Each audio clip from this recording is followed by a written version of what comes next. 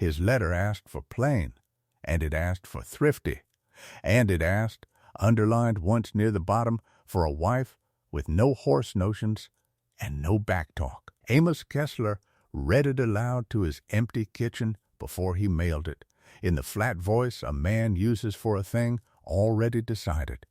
And it never once occurred to him that the woman who would answer it had been reading the lies out of horses since she was 9 years old, and had once made a cavalry colonel weep by telling him, gently, "Colonel, you paid top dollar for a 12-year-old with 2 years filed off his teeth and a wind that will break before the snow does." This is the story of how a man who ordered himself a bride with no opinions on horseflesh got the only pair of eyes in Wyoming territory that could tell a sound horse from a sold one. And of the cold, bright autumn they saved each other in front of the United States Army. Fort Russell Country, near Cheyenne, in the fall of 1884, was a place where a man was weighed by what his horses could carry and how far. Amos bred honest, hard-footed range stock on a quarter section of honey-colored grass, and for 10 straight years he had lost the Army remount contract to a smiling horse-coper named Cade Mallory.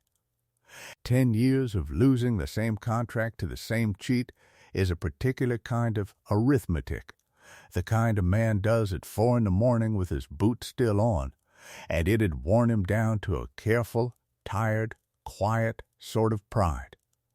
He decided at last that a wife would help, not for tenderness, but for the labor and the long evenings, and so he wrote the plainest letter a lonely man ever mailed. He itemized her as he would a wagon he meant to buy.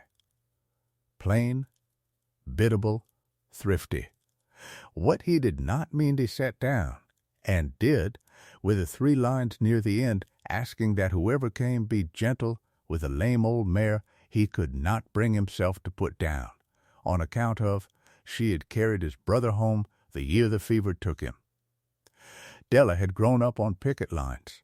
Her father had been a cavalry remount sergeant, the man the Army trusted to say which horse it bought and which it turned back, and he raised his daughter in the coper's barns, teaching her every trick a dishonest man plays so that no honest one could ever fool her. She could feel a lie in a horse's foot before she could read a newspaper. She went through 100 marriage advertisements the winter her father died, and every one of them lied about something. Amos Kessler's was the only letter in the packet that told a small, unguarded truth it never meant to tell. And a man who would keep a useless old mare alive for a dead brother's sake, she reasoned, was a man whose horses would tell her the rest. So she answered it. The bride the marriage bureau first promised him never came. She married a paymaster's clerk in Omaha instead, and the narrator will not judge her for it, because a warm office in a growing town is no small thing to a woman with cold feet. What Amos got instead, 3 weeks late, was Della, stepping down off the Cheyenne train with one carpet bag and a coiled rope over her shoulder that no proper mail-order bride had any business owning. He was still reading her his specifications off a folded paper, plain, thrifty, no backtalk, when the trouble started 20 feet up the platform. A spoiled bay gelding, terrified of the hissing engine, went straight up and came down, scattering porters and luggage, and 2 grown men hauling on its head only made it worse. Della set down her bag. She did not run.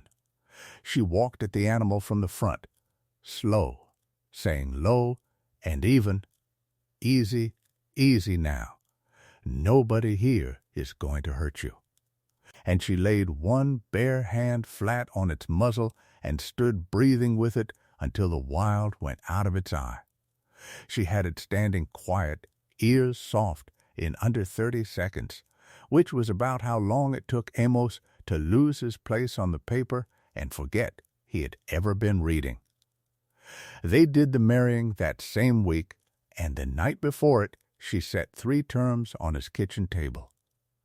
Plain as he could have wished, "My rope and my tack are mine," she said.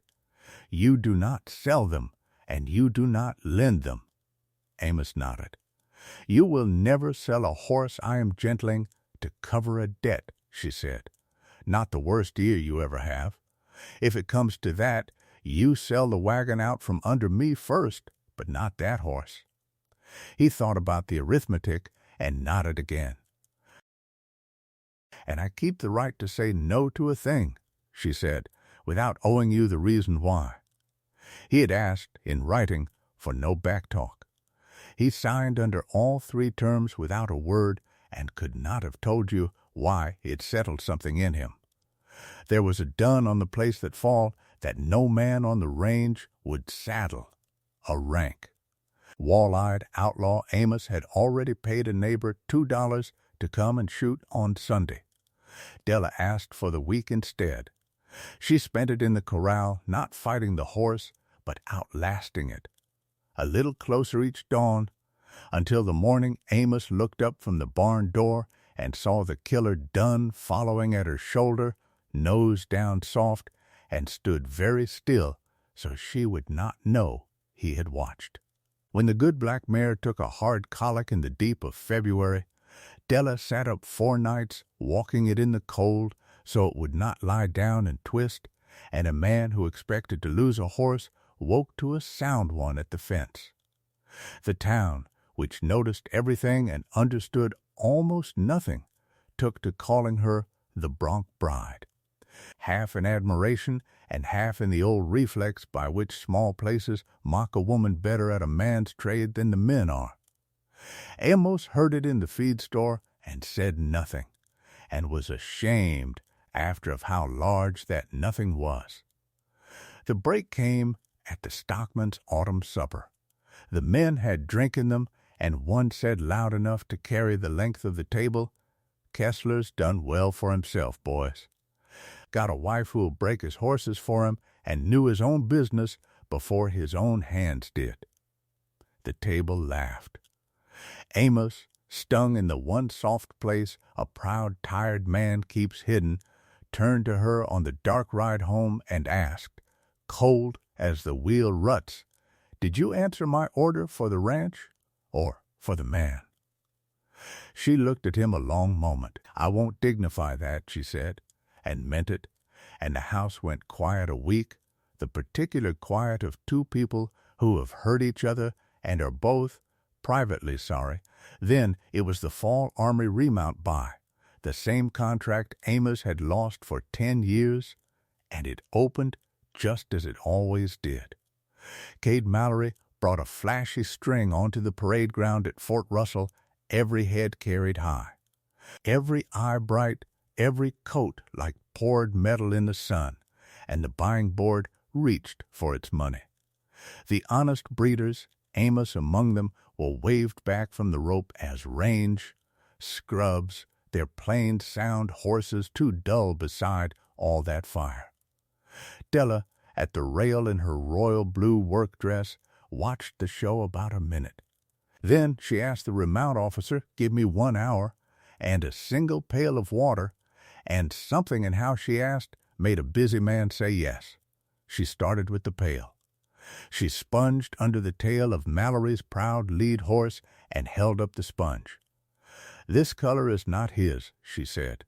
"It is ginger, worked up under the dock to make him clench and flag his tail like a colt. Give it the hour, and that fine high carriage will sag down as tired as any plow horse in the county." Then she had the string walked. "The fire you all bought in the eye is arsenic and cocaine dropped in the feed," she told the board. "It lights an animal up and hides a sore leg for exactly as long as it takes to sell him. Walk them and wait." One by one, as the dope wore thin, the limps came up out of hiding. She opened the mouths next. "Now look here," she said. "These are old horses wearing young teeth.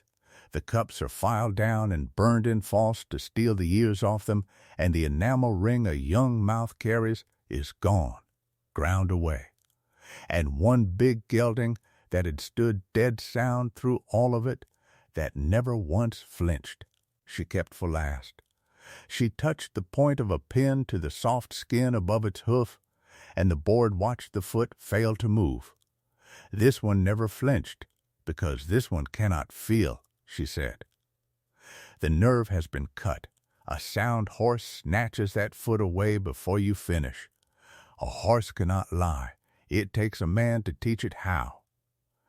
Mallory's whole bid was voided before the sun was down.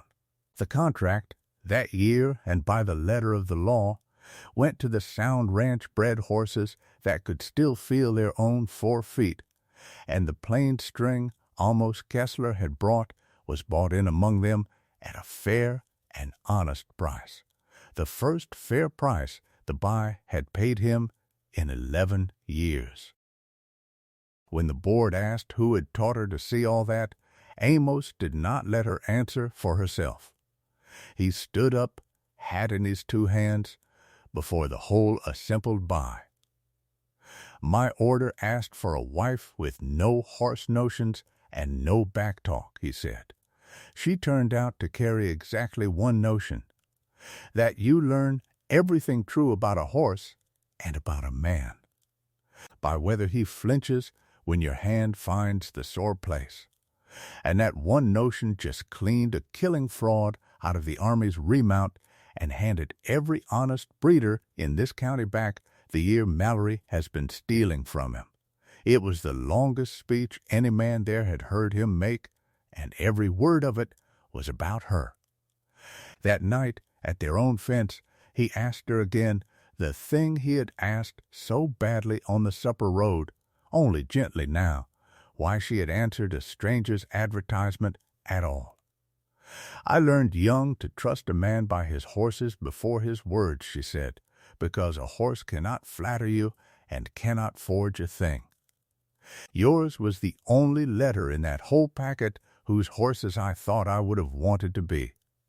Kept, worked, and never once put down for being of no more use to anybody. So she had come to see for herself. They were married that November of 1884, and for 20 autumns after, the Army asked for the Kessler inspection by name before it would spend a federal dollar on a horse. Amos died in 1921 and Della in 1929, and they were laid side by side on the low rise above the horse pasture, where the yearlings still run out their full speed in the long gold light of the afternoon.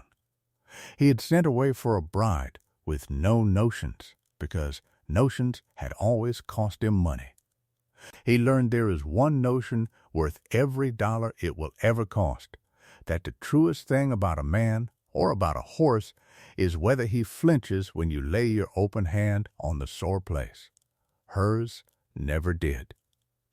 If this story stayed with you, tell me one thing down in the comments. What was the moment you knew Della was never going to be anything he ordered? And if you want another story out of the frontier about the quiet, capable people the West wrote off too soon, there is one waiting for you right here.